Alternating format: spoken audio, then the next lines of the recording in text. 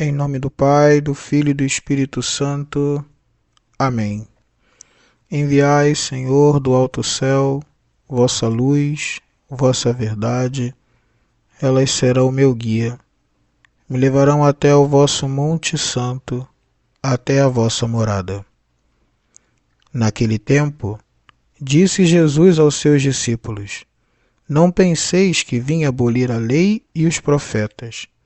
Não vim para abolir, mas para dar-lhes pleno cumprimento.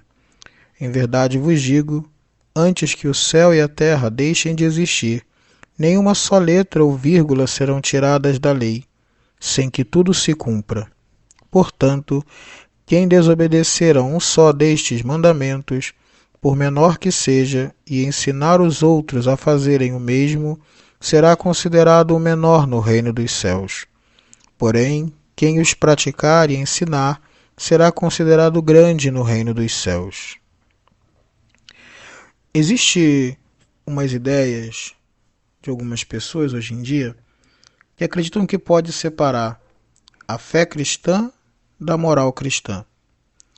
Há pessoas que, por alguma razão, acreditam que uma coisa é a fé que tem em Jesus Cristo, que creem que Ele é o Senhor, que acreditam em Deus, que fazem suas orações, que têm prática e até que gostam muito da vida litúrgica, mas por alguma razão acreditam que a moral cristã ou o cumprimento da lei de Moisés seria alguma coisa secundária ou até separada da fé. Seriam quase que como recomendações ou conselhos e não uma maneira de responder a Jesus Cristo.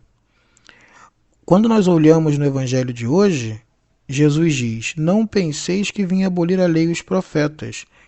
Não vim para abolir, mas para dar-lhes pleno cumprimento. Jesus entende que é necessário realizar alguns atos para respondermos ao chamado que Ele nos faz a uma vida santa. O Senhor tem um amor muito grande por cada um de nós, que é o nosso bem, e nós precisamos responder a Ele. E é impressionante como funciona isso. A resposta nós não damos apenas com as palavras, nós damos as respostas sobretudo com os atos. Se um pai fala: Filho, por favor, vai lá buscar isso para mim, e o filho responde dizendo: Vou, mas não vai, ele falou com a boca, mas não falou com os atos. Se fosse um outro filho que dissesse: Eu não vou, mas ele vai, ele não falou com a boca, mas falou com os atos. E nós sabemos que falar com os atos é a melhor maneira de responder e de dar um sentido e o amor a uma pessoa. Vale mais o que as pessoas fazem para nós com seus atos do que aquilo que fazem com suas palavras, porque as palavras podem de vez ou outra serem mentirosas, mas os atos não. Os atos acontecem, são coisas que nós fazemos para o bem de outros.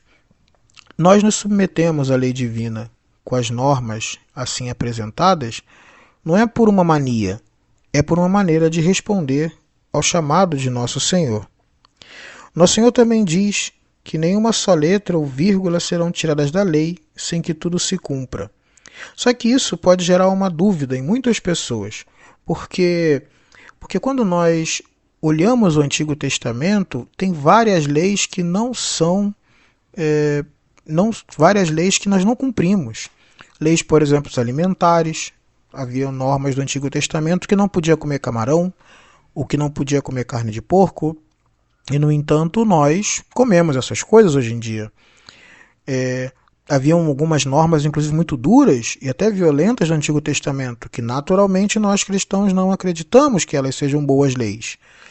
Então, por que Nosso Senhor diz que nenhuma só letra ou vírgula serão tiradas da lei, se existem tantas normas do Antigo Testamento que nós não cumprimos? É porque as normas do Antigo Testamento, elas são distribuídas em 3 tipos de leis. Tem algumas leis que são as leis cerimoniais, que elas são como que as leis litúrgicas de Israel, como o missal, as leis que ensinam a fazer sacrifício, os animais que são puros e os que não são, as leis que ensinam a como cuidar da própria vida religiosa. Outras leis são leis civis, que seria uma espécie de o Código de Direito Penal de Israel. Essas leis também são restritas para Israel. O culto do Antigo Testamento é previsto para o povo do Antigo Testamento. As leis civis daquele povo eram previstas para as leis, como leis civis daquele povo do Antigo Testamento, povo destinado a receber o Messias. Tanto as leis cerimoniais, que são as litúrgicas, quanto as leis civis, que são as penas que são dadas, e o modo de organizar a sociedade israelita, elas valem até a chegada de Jesus. Depois que chega Jesus, elas chegam à sua plenitude. Aquelas leis cerimoniais se tornam o culto e a liturgia cristã. E as leis civis são simplesmente abolidas, porque agora Deus não se manifesta apenas em um povo pequeno. Agora ele tende à universalidade. Mas tem um terceiro tipo de lei do Antigo Testamento, e essa sim nós devemos cumprir, que são as leis morais.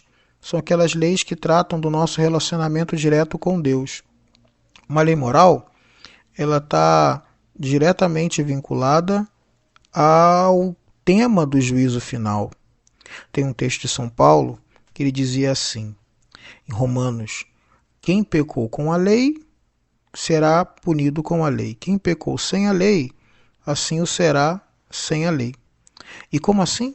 Pois, claramente, porque com a lei e sem a lei se refere aos judeus que receberam a lei de Moisés e os demais, os pagãos, que não tinham recebido a lei de Moisés. Quando ele fala sobre isso, diz que tem um critério de julgamento que atinge tanto os que receberam uma revelação quanto aqueles que não receberam a revelação. Quando Jesus diz que nenhuma só letra ou vírgula serão tiradas da lei, está se referindo às leis morais, que são como que a matéria do juízo final, a matéria que nos une ou nos afasta de Deus. E é sobre isso que ele está falando quando diz: quem desobedecer a um só destes mandamentos, por menor que seja, e ensinar os outros a fazerem o mesmo, será considerado menor no reino dos céus. E quando diz aqui dos mandamentos, fala dos mandamentos da lei de Deus, mas tem uma diferença aqui entre aqueles que são os atos de pecados graves, nós chamamos mortais, e os pecados veniais. Pois tem alguns mandamentos que nós dizemos um não a Deus muito efusivo, que são os pecados mortais, a violação daqueles 10, de maneira mais direta. Mas tem alguns outros pecados que são pecados veniais, são pecados de falta de amor. Nós amamos pouco a Deus e por isso cometemos essas coisas. Por isso que ele fala que quem ensinar os outros a fazerem o mesmo será considerado menor no reino dos céus. Entra no reino, mas é menor. Mas por que é menor? Porque amou pouco. Os pecados veniais que eventualmente se comete, que é às vezes distrair-se na oração, ou não ser pontual, ou esquecer de alguma prática religiosa, não é pecado mortal essas coisas, mas elas às vezes mostram falta de amor. E aí esses atos de falta de amor reduz a capacidade e a alma de alguém, que é diferente do pecado grave, que acaba excluindo do reino dos céus, como São Paulo mesmo falou. Não entrarão no reino dos céus. Aí ele cita uma série de uma lista grande de pecados que impedem de entrar no reino dos céus. E termina dizendo: quem praticar e ensinar será considerado grande no reino dos céus. Quem praticar e ensinar esses mandamentos pequenos, mas não é ao modo do fariseu. Isso é muito importante deixar claro. O modo escrupuloso do fariseu não é esse que ele está dizendo que é para praticar e ensinar. É o modo cristão que pratica os detalhes por causa do amor. O que define um pecado venial e um pecado mortal é que o pecado mortal quebra o vínculo de amizade com Deus, quebra o vínculo que nos move pela graça. E o venial, ele apenas reduz, é só uma questão de redução da graça e do amor que nós temos por Deus. Por isso que é menor ou é maior. Mas não é para simplesmente preocupar-se com os pecados veniais como pessoas que têm manias de perfeição, porque mania de perfeição, perfeccionismo, é mais orgulho do que virtude. É aquele que se preocupa assim: vamos fazer de maneira mais detalhada e mais perfeita para que o Todo-Poderoso se agrade. Fazer para agradar a Deus. Isso é o que define a luta contra os pecados veniais.